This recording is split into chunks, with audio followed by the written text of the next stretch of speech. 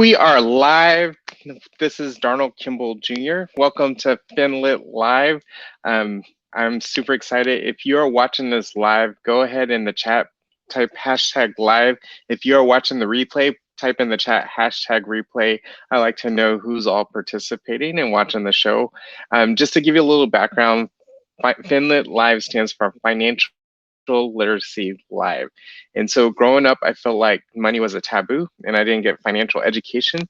And so I even have a Baylor business degree, and I feel like they didn't teach about personal finances as a Baylor business person.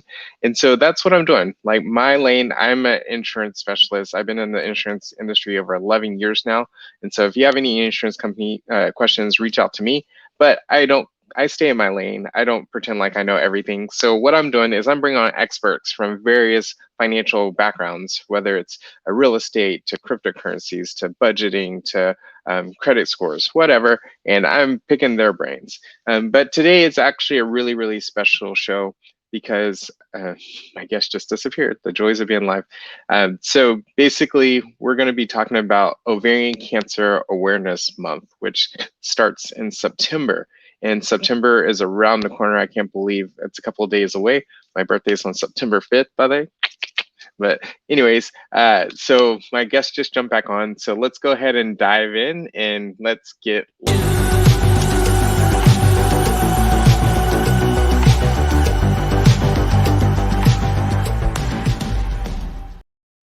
All right, so today, like I said, we're going to be celebrating Ovarian Cancer Awareness Month, which starts in a couple of days in the month of September.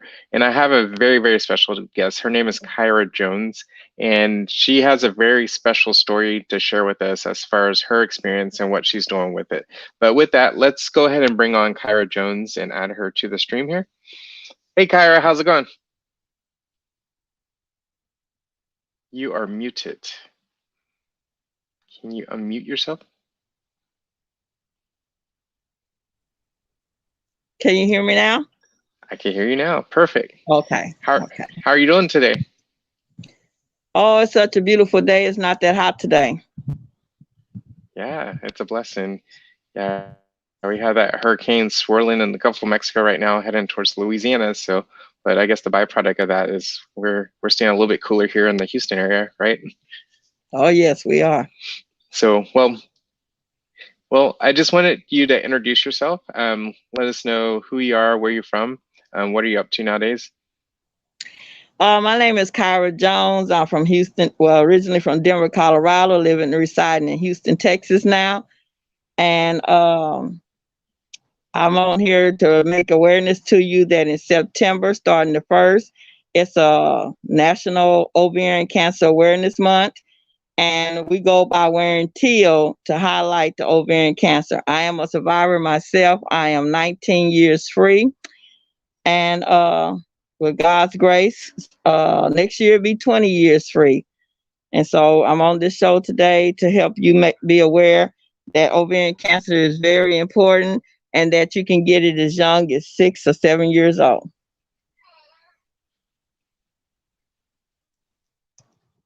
Awesome. So where are you from? Where were you raised? How long have you lived there? I'm from Denver, Colorado. I've been in Denver all my life up until 1980. And I moved here to Houston, Texas, where I got married and had 3 daughters. And so ovarian cancer is very important. I had an auntie that had it. And my auntie, she died from it. And then we just have 2 real good friends that I just lost, one in April and the other one in February to ovarian cancer. And they was battling and it came back 2 or 3 times. So basically what I want to explain to everybody today is that your eating habits is the most important thing for keeping ovarian cancer away. It's a lot of things that we don't know because we wasn't educated on it. There's some things that we put into our body opens up some cancer cells, and it doesn't determine whether it's going to be ovarian, prostate, or whatever. But ovarian cancer is a deadly disease, and most people did get it from talcum powder. The only way that you can find out about ovarian cancer is not through a pap smear. You would have to get it through a CAT scan or blood only. Oh, wow. So it sounds like you've been a cancer survivor for over a decade, which is really exciting. Praise Oh God yeah. for that, right? Oh yeah. And And so that, go ahead. just because I'm a survivor of ovarian cancer doesn't mean that I want the rest of the world to know that ovarian cancer is something that it's something really hard to detect. And so it's very important that the more you get educated on it, the more you can help your loved ones. So the Abs- color teal says, tell every amazing lady. If you abbreviate it, teal is tell Wow, every I like that. amazing lady. And teal also is a unique color. If you look it up, that's a unique color. I always loved teal all my life, teal and peach. And sometimes some people say it's a myth, but I don't know. Most women that love teal, and I asked them through the years, they told me that that was their favorite color too, and they wanted with ovarian cancer. Mm, yeah, that's sad. Um, so, well, praise God, you have survived over a decade. And so, what were some of the signs and symptoms that kind of initiated the whole process of you going to get checked? Well, actually, I didn't know that those were signs. I had long cycles. I'm talking about going 2 months with total bleeding. You couldn't sit down nowhere. You was cramping. You was swelling. Uh, I would be so fatigued. Didn't understand how come I was so fatigued all the time. And yes, bloating comes, makes you feel like you're ready to have a bowel movement, but a lot of times it's not about you having a bowel movement or anything. But the main list that they tell you is through bloating, fatigue, bleeding, loss of appetite. But there's many other ways that people can find out because I was at work doing work at a Walgreens and I was lifting my arms up and I was telling everybody it felt like I was lifting up 100-pound weights. I couldn't even raise my arms up that high because Mm, my blood count had got so low as a 2. And I had to get blood transfusion to find out. They misdiagnosed me as saying I had endometriosis. And so I went into the hospital thinking I'm gonna do 1-day surgery for endometriosis. And it turned out to be ovarian cancer once they did the surgery. It was the size of a cantaloupe. So just imagine something that big rising on your stomach. You just think it's everyday bloating, and it's not. It was putting pressure on me. So my jobs and stuff was getting a little bit limited because everywhere you go, you get really tired. I'm talking about to the point where you have to stop where you was going. You will cramp up that bad. Now, having cycles, wow. most women know it's 30 pads in a pack. Well, try getting the pack that's 48 and plus because you never know. I mean, you repetitiously have to keep pads on you all the time. Wow, that sounds pretty intense. And so you saw the kind of the signs and symptoms and you weren't feeling normal. So you went and got checked and they diagnosed you with ovarian cancer.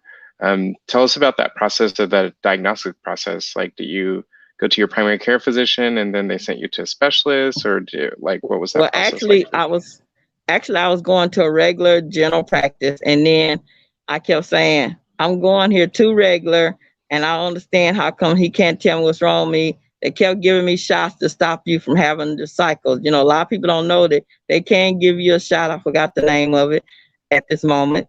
Blame it on the senior moment. But they would give you a shot to stop your cycle for about 2 or 3 months. I mean, not 2 or 3 months, but for about 2 or 3 weeks. And then right after that, it would come right back. So it kept coming back so much until I just was feeling, helpless. So I was going to Kelsey Sebo Clinic. And then I just told them, I said, do y'all have anybody who just do women, specializes in women? And they referred me to Dr. Nanda. And Dr. Nanda was working at Kelsey Sebo Clinic.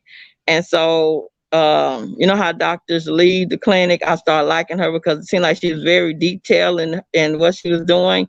And she left the clinic and she said that she was going to Herman Memorial.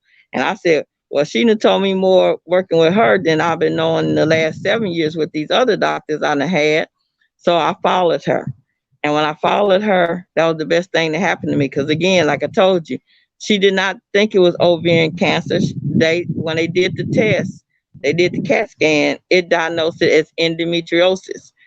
Hmm. And when we went into doing more testing and stuff, you know how the doctors have that look on them like, that don't seem like endometriosis, because everything they're doing to for the endometriosis, that wasn't what it was. So again, she said we'll go to the doctor. I had lost so much blood, I had to go to Park Plaza Hospital to get 2 units of blood. And once I got the blood, it came back where I can, taste and smell, and wasn't cramping as much. And she said, "Well, you know what? You have fallopian tubes. That's what endometriosis is. A bunch of tubes and stuff to send you feet germ cells." And she said, "So what we're gonna do?" I was 33 years old at the time. No, 38 years old at the time. And she said, "We're gonna take you into the hospital. We're gonna admit you. It's a 1 day surgery. You'll come on out." Well, my 1 day turned into 7 days, because when I went in there, Wow. they opened me up. They had to do. They just knew it was gonna be a quick surgery, and they had me calling my husband, trying to get his permission to continue with the surgery, because they found like I say, the size of a grapefruit on me. So we went on ahead and did the surgery. Then I had to talk to a oncologist after the surgery. That was 3 days later, and she was telling me it's a possibility that this is cancer. Do I understand that? I said, yes, I understand it.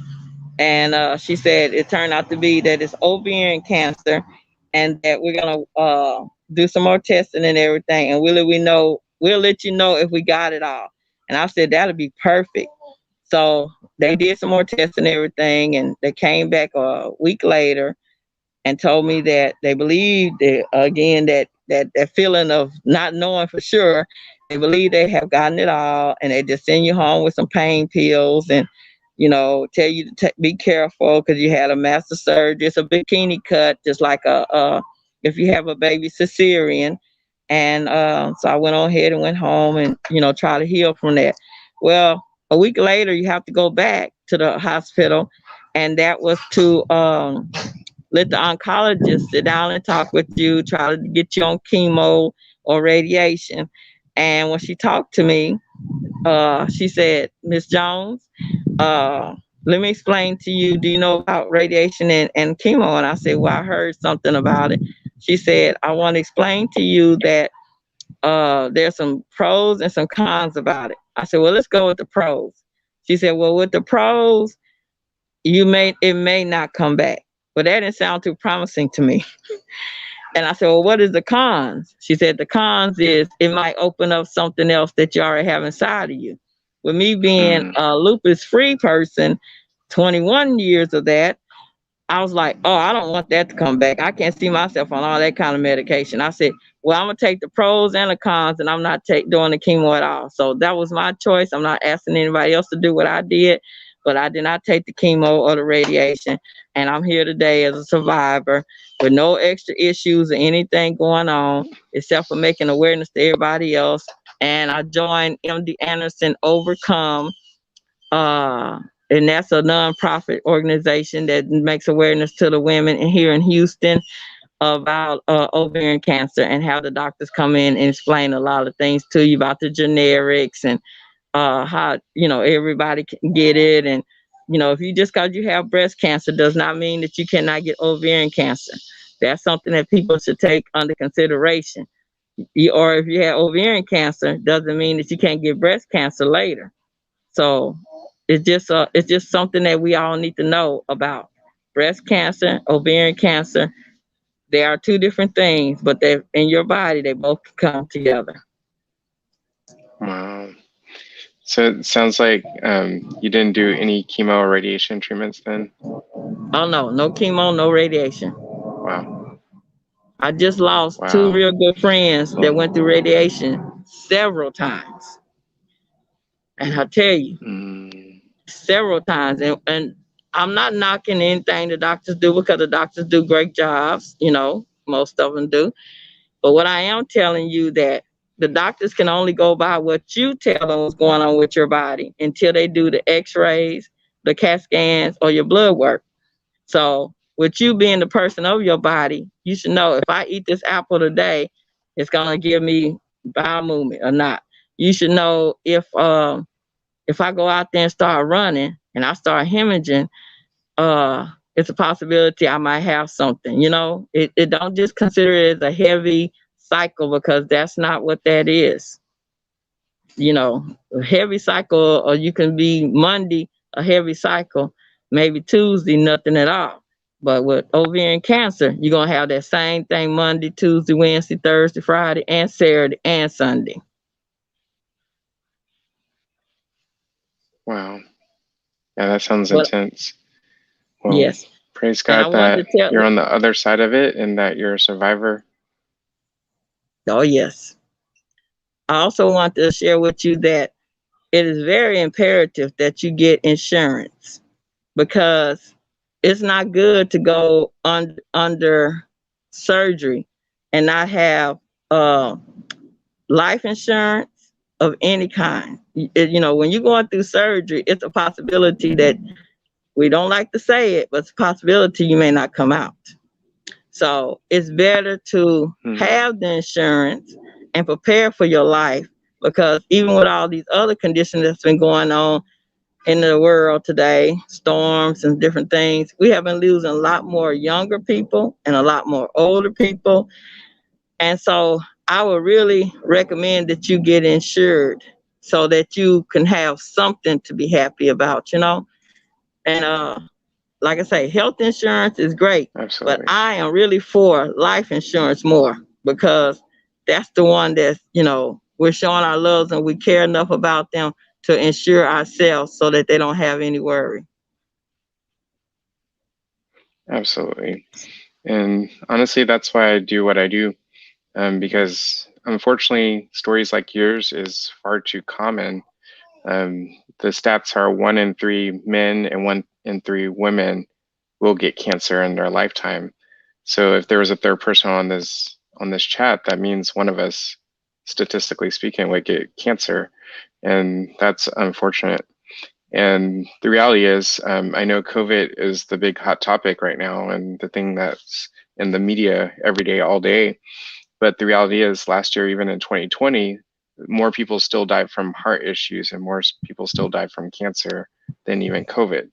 And so you're absolutely right. Most people are blindsided when something like that happens and they're not prepared financially, whether, like you said, with life insurance or even with their day-to-day bills. Because like you said, you thought you were going in for inpatient treatment, but you ended up spending the night for a whole week. Some nights. And Yes. yep, several nights. And like, so our plans that we actually show for my company is we pay per day that when you're hospitalized, we pay for your surgeries, we pay if you have to travel back and forth to treatments, depending on how far you travel. And so that's honestly why I do what I do. So I appreciate you for sharing your story. And so if you feel like you're not prepared, or if you feel like you know of any family members that are not prepared, have them reach out to me, have them reach out to Kirra Jones, so if they need to hear a story, to encourage them to be financially prepared. So I really do appreciate you for sharing your story. And Kirra has been such a doll. She introduced me to her daughters, and she's like, "You need to talk to this guy. You need life insurance." And a lot of her daughters decided to pick it up, which is great, so that they're financially prepared if something happens for them and their kids, which is great. So so you also, to kind of sidestep the cancer story, you also run a nonprofit.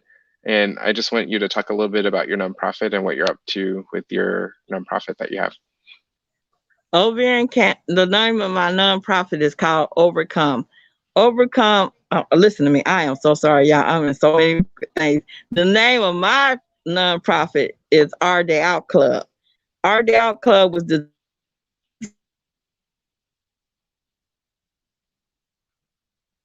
Oh, looks like we lost her. The joys of being live. But if you have any questions and you're watching the stream, look like we have a couple people on, go ahead and type in the chat. And if you have any questions, we'll be happy to answer and address any questions that you have, whether it's like signs and symptoms of cancer or whatever. Just and how to get financially prepared if that's one of your concerns. If you found any value in this conversation, definitely go ahead and smash that like button, click that share button, share this with your friends and family as we try to get Kirra back on. Looks like she's having signal issues. But yeah, she runs a phenomenal organization called Our Day Out Club, and you definitely need to reach out to her, just even to support her. Nonprofits need as much support as possible, especially with everything going on with COVID and everything that's happening with the economy. They just got rid of the memorandum to ban the evictions, and so now people are going to start being evicted from their homes, unfortunately. And so with that, let's see if we could get her back in the stream. Okay, we're back. Okay, we're back. Our Day Out Club is my nonprofit organization.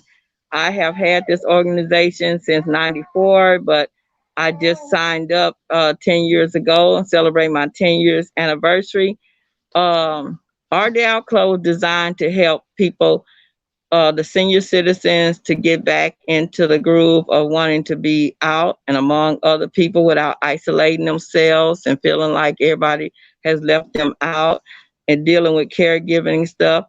It also is to help young youth who feel, well, troubled youth who feel like the only way to do things is be on the outside world and not listen to your parents. It's like RDL decided that we should do co-parenting and having more of the community helping us out is getting our kids back on track. And we have events like back to school safety, teach.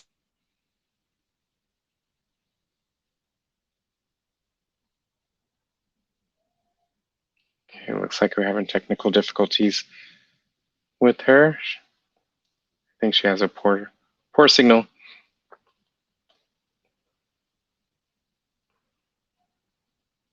We'll give her a couple seconds here.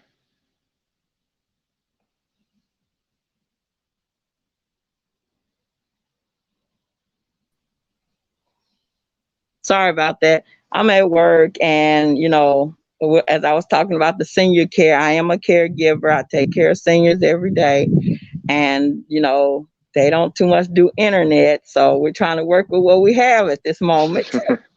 Understandable.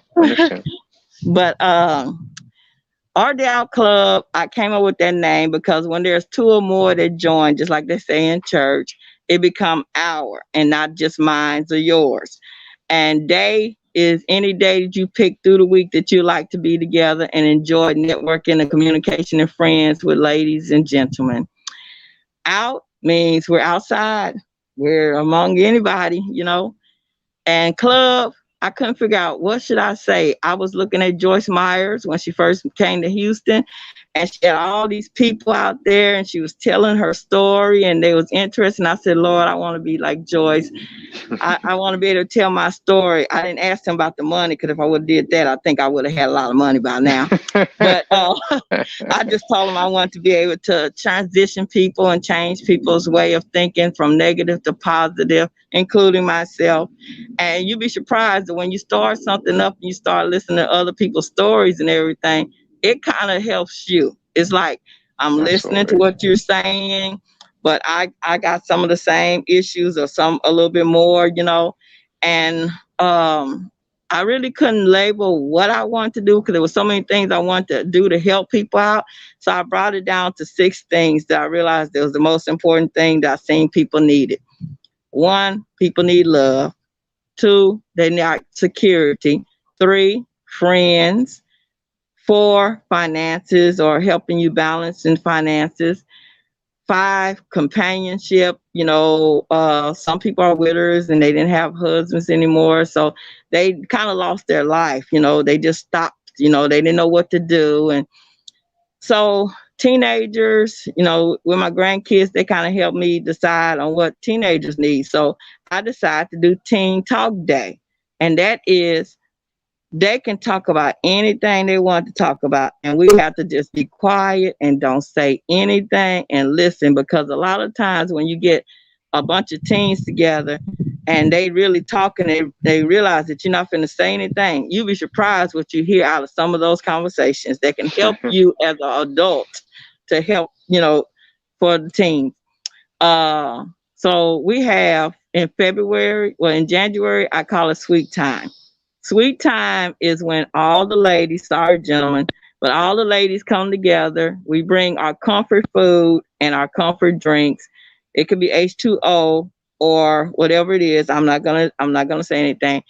We lease out a hotel and we play games and stuff. I ask everybody to dress in their pajamas because I want you in your comfort zone. We turn the phones off, and it's like our time to shut out everybody for 8 hours. And in February, we come back and we include children and every adult, and we do Pearls to Wisdom. That's teaching etiquette, business etiquette, finance etiquette, restroom etiquette, a whole bunch of different type of etiquettes. And we have fun with it. Even bed etiquette. People don't understand that. Moving in etiquettes. We definitely, I think all of us can relate to that after Harvey. Everybody need etiquette on that part. But then in March, we kind of like let it breathe for a little bit, come back in April, pump it up autism, teaching you about artistic children, how they become adults, and some of the things that people don't tell us because there's not that much acknowledgement out there about autistic. And then in June, we celebrate, I call it Teal Day because I had my surgery June 28, 2002. And so I celebrate every year that I'm free. And so I just ask everybody in the club to wear something teal, and we go to Luby's and we just show off the teal colors and do a balloon release. And That's then awesome. in July, we kind of relax again. August, we do the back to school safety. And that's teaching every young kid when they're standing at the bus stops how important it is for the parents to put some reflectors on the kids and flashlights and give them whistle in case they see danger, and raincoats and everything they have to do with safety. So we do that, and we give vendors to come in, and including shots now because we definitely need all the kids to be up to date with shots. And do just try and socks, because when I used to be a school bus driver, I realized that a lot of kids would come on that bus and they didn't have socks or coat. And so that kind of helped me being a former school bus driver and a crossing guard. And then in September, we do ovarian cancer awareness. Everyone should wear teal on Tuesday. President Obama's wife, Michelle, and his mom had ovarian cancer. Well, she had cervical, which is Mm. also teal. And she left us out of this world. So they made it official. September 3rd is ovarian cancer awareness, and September 23rd is Teal Talk Day. So you talk about anything that any cancers and stuff that have to do with the teal color, which pretty much is ovarian cancer and cervical cancer.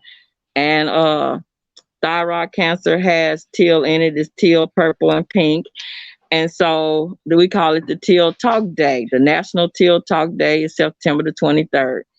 Then in October, of course, we do breast cancer awareness and domestic violence. Wow. So we have a lot of speakers come out about domestic violence. We wear the purple for domestic violence, and we wear the pink for breast cancer. And then Wow. in November, we have our gala. The gala is something that I found was very needed because it's not many people that dress up anymore, that especially the homebound people. So I made Right. it where our Day Out Club do an African gala. Sometimes we do the different countries. Sometimes we just dress up, just anything that you feel is African attire, colors or whatever, and we do a gala. So we normally do it the last Saturday in December, but because we've been running into New Year's Eve coming up close to it, I changed it till the first Saturday in November, right after Thanksgiving. So this year we'll be holding it at the Hampton Inn off of I-10 East Freeway at Carissa Street. So that's what we do. We only have really six events per year, but they're worth it. And we meet with each other every second Saturday of the month at various locations to keep it going, or on Zoom. We're not Wow. afraid of the COVID because we do what we need to. Remember, we teach safety first. Wow. Sounds like you have a full agenda, a full year planned out. That's awesome. So if people would like to get a hold of you and support your organization, how can they reach out to you? They can reach me by my telephone number, 832-883-1305. They can reach me on Facebook under Kirra Jones Party Stress or Our Day Out Club First. They can also look me up through the Chambers of Commerce because I am with the Northeast Chambers of Commerce. They can look me up through East Houston Community Hospital because I'm up under the community part of that. They can look me up through the Women of Vessels, which is former Christian Tabernacle Church, but now it's called Inspired Church. They can look me up through various ways. I'm everywhere. I'm Sounds Our like Day Out. it. Yeah, sounds like it. You're very involved in the community. So I appreciate you for being willing to share your story about what you went through with ovarian cancer. And I applaud you for continuing the fight, that even though you are a cancer survivor, that you're paying it forward and helping others to become aware as far as what to do and how to be prepared if they were to go through something like that. So I really do appreciate you for being on the show, and maybe we And could have thank you on you the for show inviting me. in the future. Yes. And definitely reach out to Kirra if any of those things that she talked about piqued your interest. Sounds like she has 6 major functions every year. And if you have teenagers, get them involved at the beginning of the year. If you know of cancer survivors or people currently going through cancer, definitely have them reach out, whether ovarian or the different TIL cancers that she was talking about earlier. So cool. Well, thank you, Kirra. And it's a blessing to get to know you. I appreciate you for being a part of our chamber too, and look forward to continuing our relationship. Oh, it's been awesome. It's been nothing but a blessing to be networking with people with the same like mind.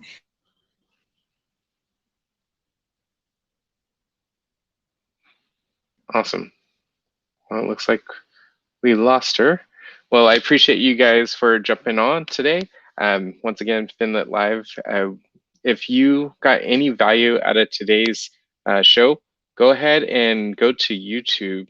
And if you want to link directly to the YouTube show, if you type in www.finlitlive.com, if you go to the website, there's a link directly to the YouTube. Subscribe, like the video, share this video with others. Also hit that notification button so every time we do go live, it'll let you know live when we jump on. And so that way, if you have any questions, let's see if we have any comments.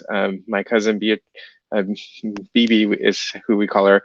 So she said, great topic, very informative. So we appreciate you for being on. And yeah, definitely like and subscribe. And I look forward to our topic for the next coming weeks. We have a full array of guests lined up. So you definitely want to stay tuned and jump on to the next shows. And so let's continue to get